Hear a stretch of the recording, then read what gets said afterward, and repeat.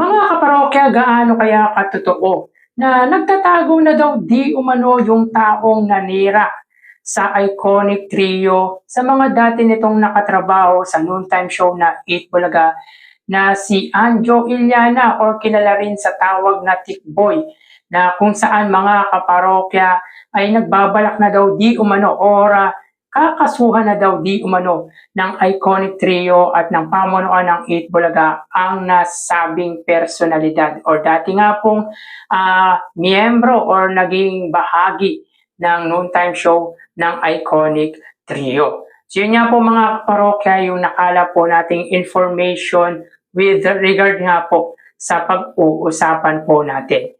Pero bago natin talakayin yan mga kaparokya, kung bago lamang po kayo sa akin channel at kung gusto niyo po ng ganitong klaseng content, ay makikiusap po ako sa inyo na pakisubscribe ang aking YouTube channel.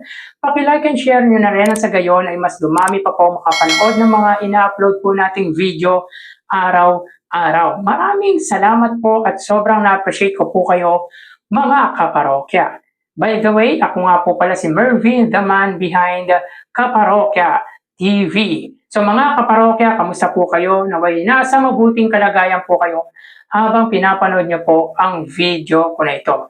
So ngayon po ay araw ng Huwebes, February 19, 2026 at meron nga po tayong nakitang write-ups coming from publiko na kung saan mga kaparokya ay tila tutuluyan na daw di umano ng Tito Vic and Joey ni Jose Manalo at ng 8 Bulaga ng kasong cyber libel ang dating nakatrabaho or bahagi ng 8 Bulaga na si Anjo Iliana. So basahin natin ang write-ups na to mga kaparokya ng publiko. So anyway mga kaparokya, ang publiko nga po ay merong 369,000 followers. So kilalang Facebook page ito mga kaparokya. So dito, TVJ Jose Manalo to file cyber libel cases versus Anjo Iliana. Veteran showbiz insider Christopher Min revealed that noontime show icons Tito Soto, Vic Soto, and Joey De Leon along with co-host Jose Manalo have filed multiple cases including cyber libel against former 8 Bulaga co-host Anjo Iliana. Meron po kaming source na nagsasabing nakaplantilya na po lahat yung demanda laban kay Anjo pero hindi po siya matagpuan.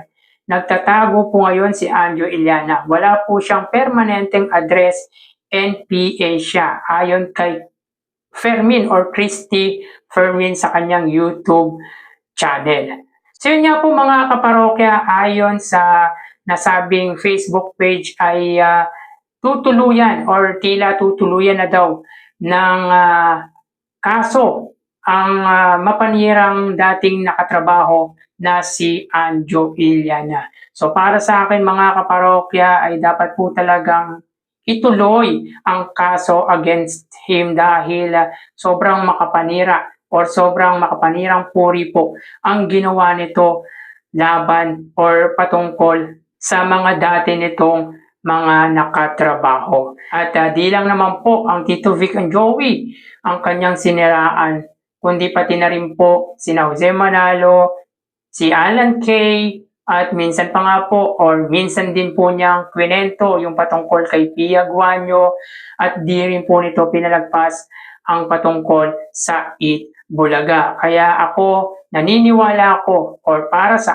aking pananaw ay dapat pong kasuhan or ituloy po ang kaso against Anjo Iliana kasi kung hindi po sila gagawa ng aksyon ay baka ulit-ulitin lamang nito yung pinagagawa nito nitong nagdaang taon. Nitong nagdaang taon mga kaparokya, grabe ang mga revelation ni Anjo Iliana na masasabi mo mga kaparokya na parang wala po sa katinuan ang taong ito dahil yung mga nakalipas na pinag-usapan bilang magbabarkada ay inungkat at inexpose pa po yung mga ugali ng mga dati nitong nakatrabaho. Bagay mga kaparokya na hindi mo mauunawaan lalo na kung ikaw ay nasa katinuan or nasa matinong isip. Dahil para sa akin mga kaparokya, ang taong wala po sa ulirat ang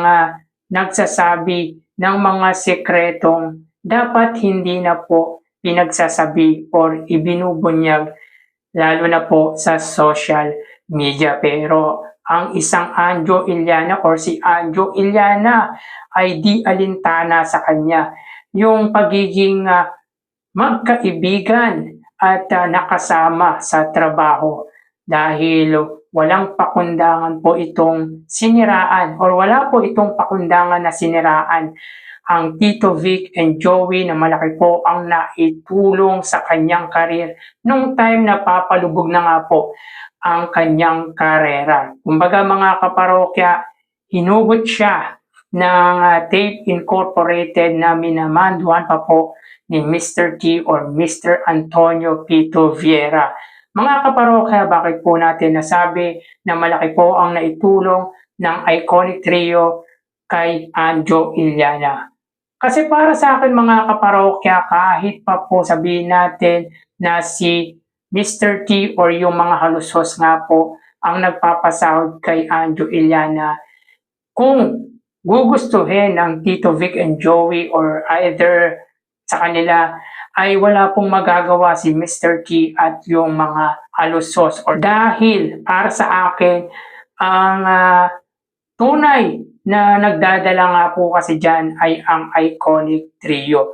At kung magdesisyon sila na tanggalin si Anjo Iliana, ay wala po itong magagawa even si Mr. Antonio Toviera. Pero nirespeto or may respeto sila sa mga dati nilang nakatrabaho, sa mga co-host nito, even kay Mr. T, dahilan kung bakit tumagal ito ng 20 taon. So 2 decades na nagtrabaho si Anjo Iliana sa Eat Bulaga kasama ang mga legit Dabarkads. At last year mga kaparokya ay grabe nga po kung siraan nito ang iconic trio. Kumbaga mga kaparokya, yung pinag-uusapan nating magkakaibigan na para sa atin ay hindi na kailangang ilabas at tayo-tayo lang ang nakakaalam, ay siya naman pong sinambulat sa social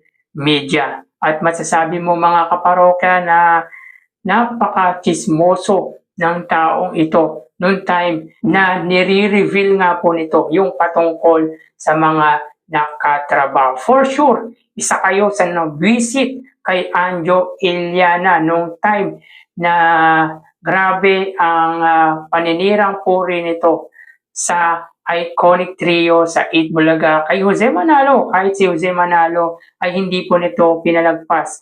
At even sina Alan Kay ay talagang siniraan po nito. Yung ultimo, si James Shop ay nadamay pa nga po sa kwento ni Anjo Iliana. Pero ngayon mga kaparokya ay wala na daw pong permanenteng tahanan si Anjo Iliana. Asa na po ang tapang nitik boy? Nabahag na ba yung sinasabi nitong pagiging matapang niya?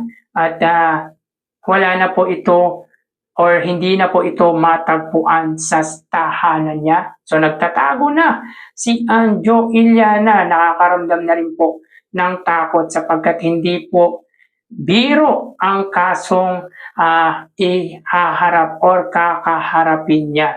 So yun nga po mga kaparokya, ako bilang supporter, para sa akin dapat po na kasuhan si Anjo Iliana sapagkat kapag wala po silang ginawang aksyon dito ay baka abusuhin ang kabaitan nila at baka ipagpatuloy ang paninira sa kanya. Lalo pat self-proclaimed na DDS or Duterte supporter nga po itong si Anjo Iliana na nangangarap po mga kaparokya na maging senador.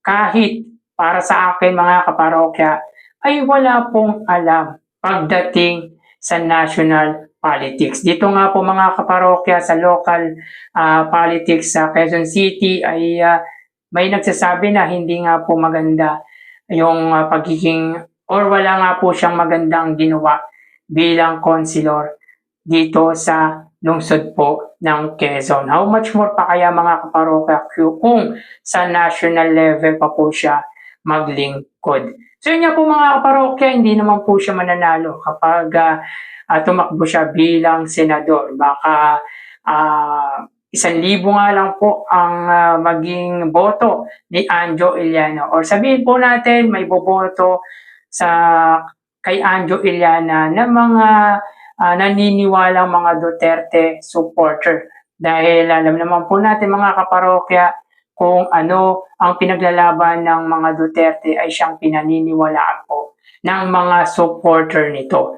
Well mga kaparokya, kayo, anong masasabi nyo with regard nga po dito sa nakalap nating information na makikita sa YouTube channel ni Miss Christy Fermin? Paki-comment naman po ang opinion nyo with regard nga po dito. So hanggang dito na lang po tayo mga kaparokya. Mag-iingat po tayo palagi. Thank you and God bless.